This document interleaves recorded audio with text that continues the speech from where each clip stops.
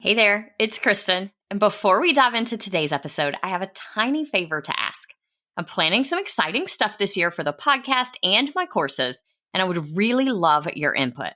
I put together a super quick survey. It's mostly multiple choice and shouldn't take you more than a few minutes. Your feedback will directly shape the content I create this year, so I can make sure it's exactly what you need to thrive in your business without the hustle. Because I know your time is precious, everyone who completes the survey gets entered into a giveaway where 2 lucky winners will get a $50 gift card to Amazon or Target, your choice. It's just a little thank you for helping me make this year on the show the best yet. Head over to kristendoyle.co/survey, or you can find the link in the show notes. The giveaway ends on April 14th, so don't wait too long. Hey there.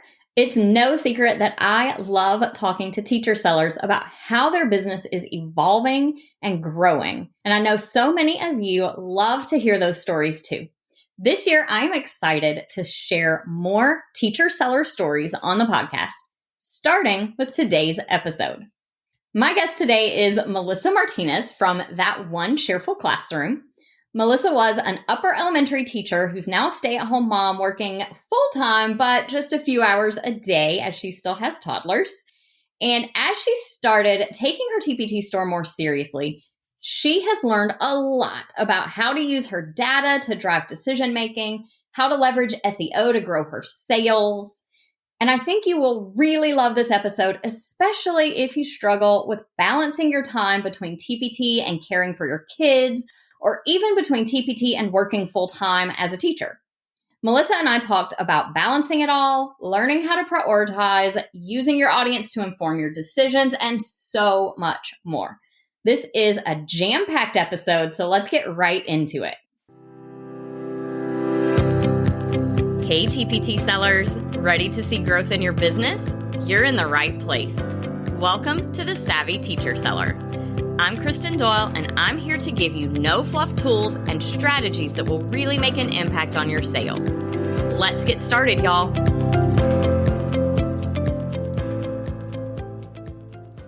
Hi, Melissa. Thank you so much for being here today. Thank you for having me. I'm so excited. Me too. Well, let's just start with telling us a little bit more about yourself and kind of how you got started selling teaching resources. So I honestly knew since I was in second grade that I wanted to be a teacher. And I got my first job at a very rural district. We had no set curriculum for anything. Everything was either purchased on TPT or we made it ourselves. So being a first year teacher could not handle that, like creating everything myself. So I went to TPT and then I was like, you know what? I am making a lot of things. So I opened my store in 2016 and just listed things, but they were all like $1. So I did not have the premium membership or anything. And I was making like 45 cents per sale. I was like, wow, this is kind of cool. I have an extra 45 cents. And then I just kind of dropped it. I didn't do anything else for maybe like 6 years. No, not quite 6 years. 4, I think, because my son was born the summer of 2020. And I really kind of started taking it seriously right whenever the shutdown happened with COVID, because I was stuck at home. I was technically supposed to be on bed rest because I had like all of the pregnancy complications. And I was like, well, I can sit in bed and teach and create things. And then when he was born, he was in the NICU for 2 weeks. And I could not just sit there and look at him with all of the cords and the wires and everything. And so I was like, well, I'm going to have to go back to school right whenever the year starts. So I may as well get myself prepared and make some resources for my classroom. And I just started posting them. And then they told me since he was born early, I could stay home for the year and just teach virtually all year long. So I was like, yeah, that's fantastic. But I was the only third grade teacher in the entire district that was 100% virtual. So I had to make everything because there was nothing. And so I just slowly started like posting them whenever I had a free second, or like while my kids were on their virtual recess, I would like hop on TPT really quick and list something. And I saw the potential. And at the end of that school year, they told me, you have to come back to your behavior skills class or we don't have a position for you. And I was like, well, I have a toddler. I don't want to do that. I see the potential. And I talked to my husband and I was like, I can't keep doing this. Like, I cannot work with these behavior kids as much as I loved them. It's just not healthy. So I quit. And honestly, I don't know that I'd ever go back. Yeah, it's a scary leap to make for sure. I don't know if you're the same way, but when I finally decided to quit teaching, it was a pretty short window. I had been mulling it around for a while, but for about 2 weeks, I went back and forth on what felt like an hourly basis. Like, I'm done. I'm out of here. No, I really want to stay.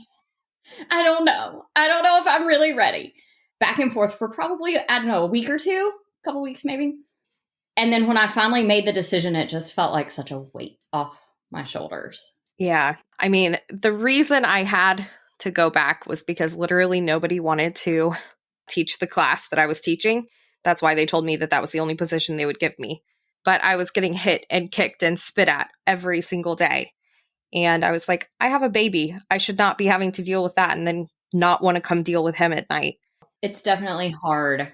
And you definitely need a break after, so long of doing that kind of job. It would be really nice if principals would kind of rotate people in and out of those positions so you can catch a breather. But that doesn't seem to ever happen. No, and nobody wants to have that kind of class. They want like the perfect angels. Not that that ever actually happens, but There are none. no, there aren't. But it was nice to like take a step back. And honestly, now I think about it and I'm like, my business is not where I want it to be yet, but it will be because I now have the time to actually like put into it. Yeah. So that was a big step of faith that you took to just decide to go ahead and leave the classroom before your business was where you wanted it to be in order to do that. Are you seeing results pay off now that you're spending most of your time working on your business? So much. It was nicer whenever my son actually took a nap. He's 2.5 now. And he stopped taking naps right after he turned 2. So when he was napping, I would have a solid 2 to 3 hours where I could just sit down and like hammer out a lot of stuff. And now I'm like working on the couch occasionally and he'll come up and like close the computer on my hands. And I'm like, no, mommy's working. So I have my family that'll watch him, but it's like now I don't have that set time. So I maybe work still 2 to 3 hours a day, but it's after he goes to sleep or my mom can watch him for a little bit. Yeah. And you really do have to learn to prioritize your time when you're in that type of situation. It's, a season of life. And like everyone says, it will go away and you will miss it. But you really do have to learn to prioritize your time and to kind of embrace a different schedule. For me, that's been one of the big things that I've had to learn working for myself is that I don't have to work Monday through Friday, 8 to 4. Just because that's work days. If I want to work on Saturday morning because that's a good time for me, that's okay.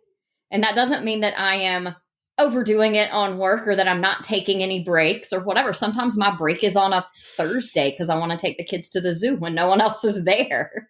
Right. Yeah. It's nice though, because I am able to do things and I've set like a schedule for myself, but it's just like this day I'm going to work on these types of tasks. Or whenever I'm doing like my blog post batches, I'll work 2 weeks just on my 6 months of blog posts, and then I'll be done for a while. Well, for 6 months. I'm still amazed that you can batch 6 months of blog posts. My brain just does not work that far in advance. Well, it's nice. My email list has kind of helped me figure out like at the beginning of the school year, I sent them a survey and I was like, hey, what are the topics you're going to be teaching from August through December? And I gave away a few like TPT gift cards in exchange for them answering my survey. And then in the middle of December, I was like, hey, what are you teaching January through May or June? So that way I have an idea of what they are teaching so I know what to write about. And I'm just planning on keeping that so that way I can get those ideas out. Yeah, that's so smart too, to use your audience to kind of drive that. It's very helpful. Because I just like plug it into Asana and then it'll alert me like, hey, this blog post needs to be written. Yeah. I do love a good task management tool. I use ClickUp, but same thing. You plug your stuff in there and it will remind you, hey, you need to do this.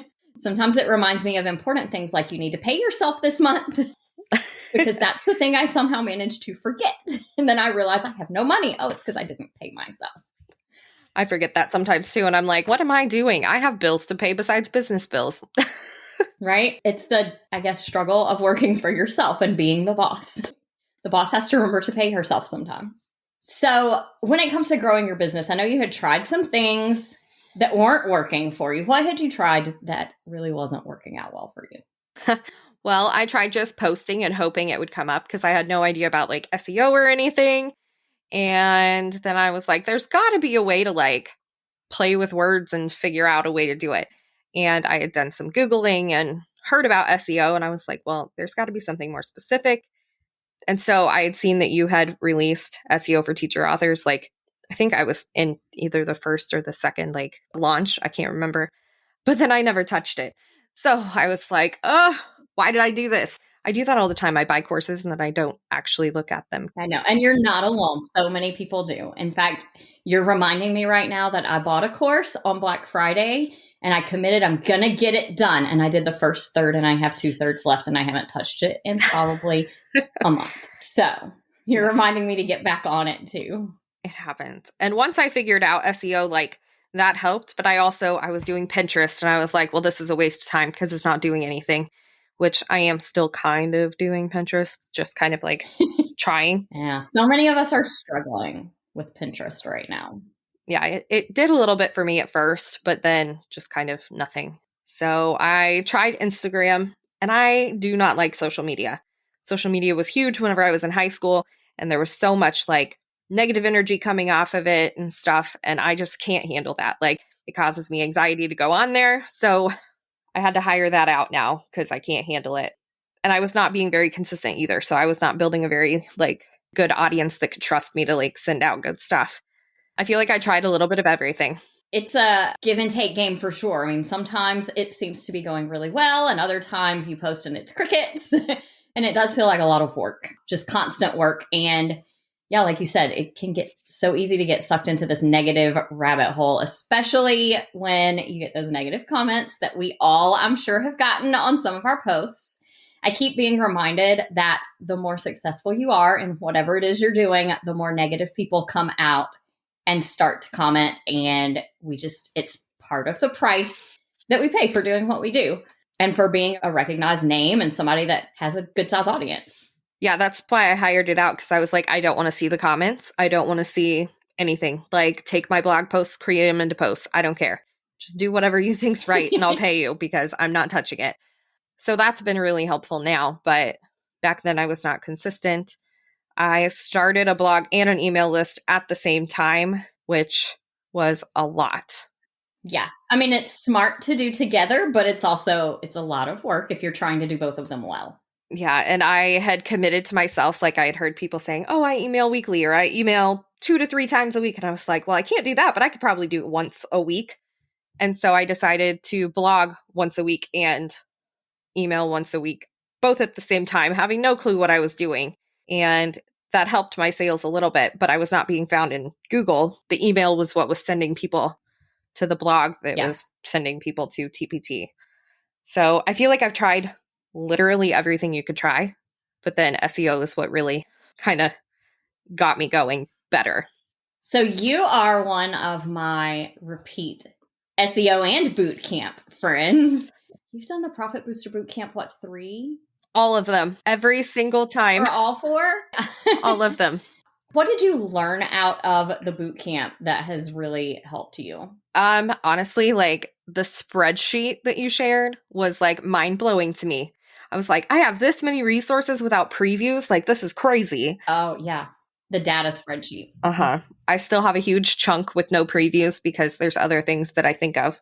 They're on my to-do list to go back and put on there. And I really loved like the individual sessions where it was broken down. Like today we're focusing on the preview or the snippet or whatever. And that way I knew, okay, this is what I need to work on right now with one resource.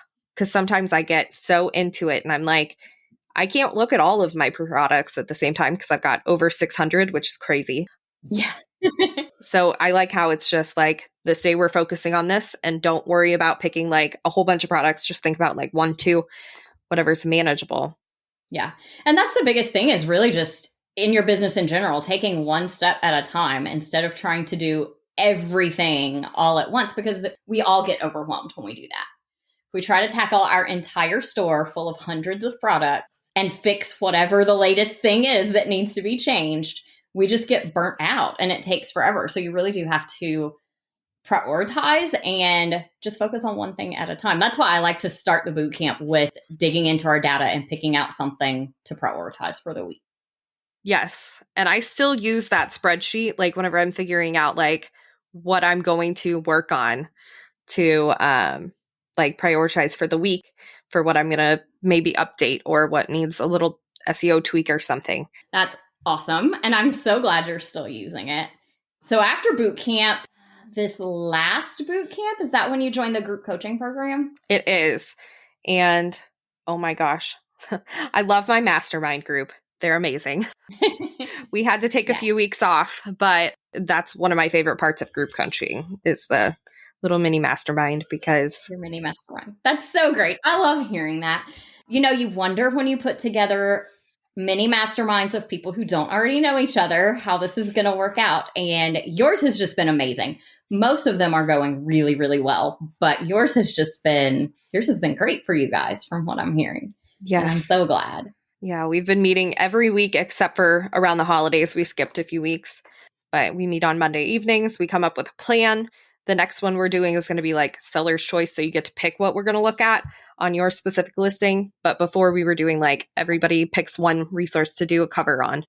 And we would give feedback like little mini hot seats. And it was so helpful. And I know you've been working hard on updates this last few months while we've been in group coaching together. How are your results from those things that you're updating? At first, whenever search changed, I panicked because I was like, well, we all did. I know. I'm not alone. I act like I am. No, it just was, I was like, I'm a really small store. How is this going to affect me? Not small, but like newer. And I freaked out. But then after I started watching my data, I was like, well, whenever I changed this, it immediately started selling. And honestly, after 2022 was over, I looked at my data and I doubled my sales from 2021 to 2022. That's amazing. It was. So excited for you. And with me being smaller, that's not like huge because I know whenever you're newer, your sales grow faster and then they start slowing down. But I was amazed. I was like, wow, this is working for me because I'm actually doing what I know is the right thing to do. Even if I can't check where my rank is anymore, I still at least know that the keywords are not changing. I mean, they change whenever people start changing the way they search, but I know the ways to find out what I need to be putting in my titles and my descriptions. Which is such a big key, knowing that at least right now, we can't tell where our product ranks. Hopefully that data will be coming soon. TPT has said they're going to give us some more data around that, but we don't have a timeline for that. So for right now, it is just so important to stay the course and to know that the underlying SEO hasn't changed and just keep our heads in the game and keep focused on doing the things that we know were working before because we could see them moving before and we could see those results happening. So just sticking to the thing we know has always worked because we're being told that nothing is changing on the algorithm side of things. It's just that sort order on the front end that's changing, which I know is frustrating and stressful and all sorts of other things. But when it comes down to it, we can't control any of that, but we can control what we put in on the back end of the search algorithm, the things that we have always done that have always worked. We can control all of those.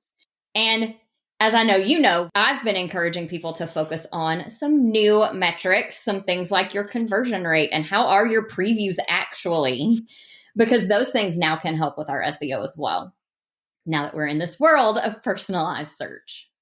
Right. And having that data that I'd gotten from the boot camp helped me to know, okay, TPT says previews are going to be prioritized now. So I was able to quickly go back and like make a list of all of the resources that I needed to go in and put previews on. They don't all have them yet, but I know what needs to be done. Well, and it's a work in progress. And once you have the data, you know which ones you need to do first. Yes. Which ones you need to get done right now and which ones you can put on the back burner and work on a little later. And I even noticed based on like, okay, so my email list filled out that survey.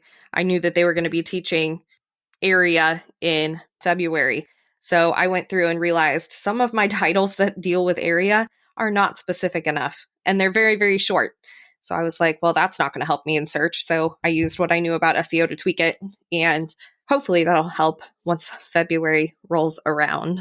Yeah. And I love the idea of using that data from your audience to drive what products you work on updating and focus on the SEO for, because we can look at our products that sold well, say in February last year, and go ahead and make tweaks to those.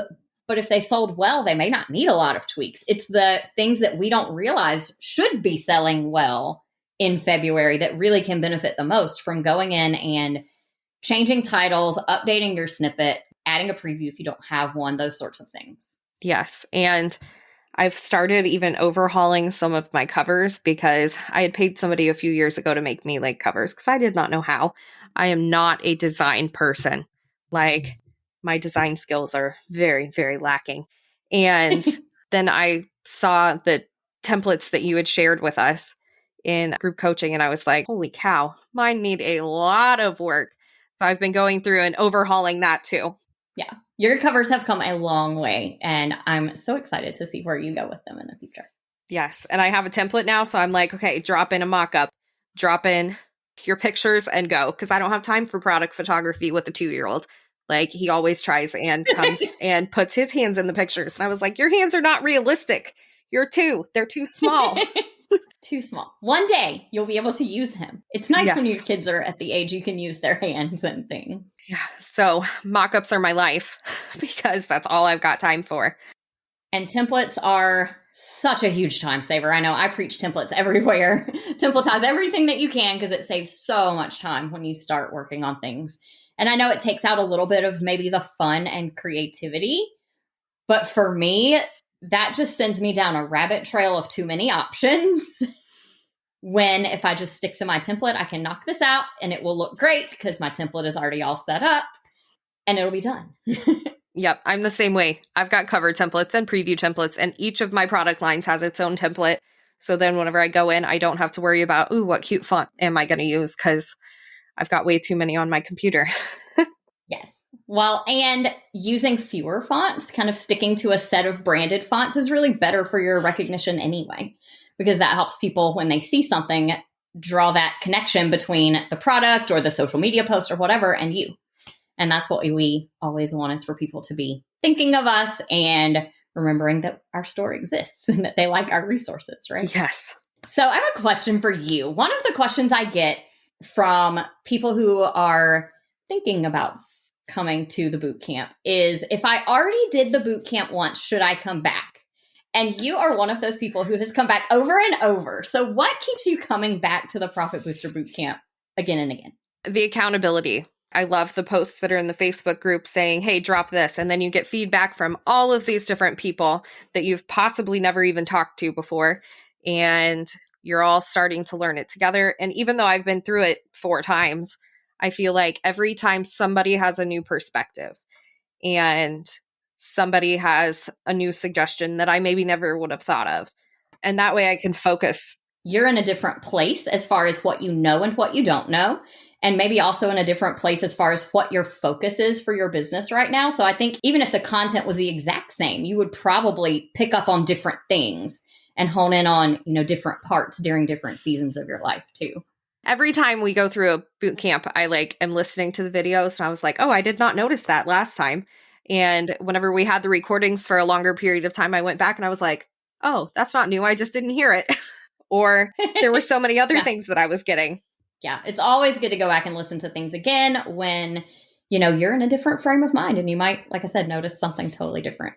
But one of my favorite parts of boot camp is always that live, everybody's working through this together feel, where we have all of that energy and all of the progress happening in the Facebook group, and everybody is sharing what's working for them and getting feedback on things. That is really, I think, my favorite part of the boot camp. And it's one of the reasons that I only do it live, and I only do it a couple of times a year because it is a lot. It's a packed week for me, but I don't think I would ever run it as an evergreen kind of do-it-yourself course, because you just would miss out on all of that collaboration. And I think that really is one of the best parts. Right. And like we said before, a lot of people will buy courses and never touch them.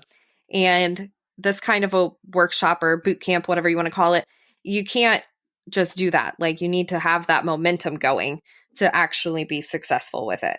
Yeah, there's definitely something about going through something in a cohort of people who are all doing the same thing at the same time that keeps you motivated and keeps you on track. And I know even in the SEO course, you've had the self-paced course for a long time, but you really didn't go through it all until you were in the group coaching program. So you're with a group of people who are all focusing on the same thing. I think that's really the benefit of working live alongside people. Yes, I have had the SEO for teacher authors for a long time, and I would listen to like bits and pieces, but because I did not have that accountability piece, I was like, why bother? Like I'll have it whenever I need it. And then I would need a certain part and come back.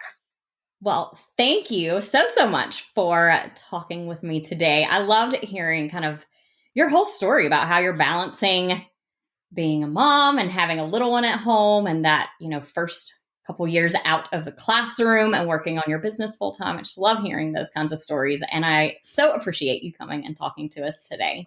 Thank you for having me. You're welcome. Would you like to tell everybody where they can find you if they want to connect? You can find me on Instagram. I get 2 times a day notifications because I don't do social media. You can find me at That One Cheerful Classroom on Instagram. And at either 6 p.m. or 8 a.m., I will see that you have sent me a message. So I would love to chat with you. That is genius. And I am going to need you to tell me how you set up your Instagram notifications to certain times of the day. It was the new iPhone update, and it's the best thing ever. All of my social media is just twice a day. Otherwise, I would be there all day. That is amazing. Is it just in the iPhone notification I think settings so. then? I don't remember. Whenever it updated. All right. That's amazing. I'm sure other people are wondering. I will look for it, and if I figure it out, we'll put it in the show notes for today's episode. All right. Well, thank you again so much. It was so good talking to you today. Thank you so much for tuning in today. If you want to learn more about the Profit Booster Bootcamp that Melissa keeps coming back to time and again, you can get all the details at profitboosterbootcamp.com or the link in today's show notes. I know she and I would both love to see you in the next bootcamp session and give you that same accountability and collaboration that we both love so much. Talk to you soon. I hope you enjoyed today's episode. If you did, please share it with another teacher seller who would also find it helpful. For more resources on growing your TPT business, head to kristendoyle.co/TPT. Talk to you soon.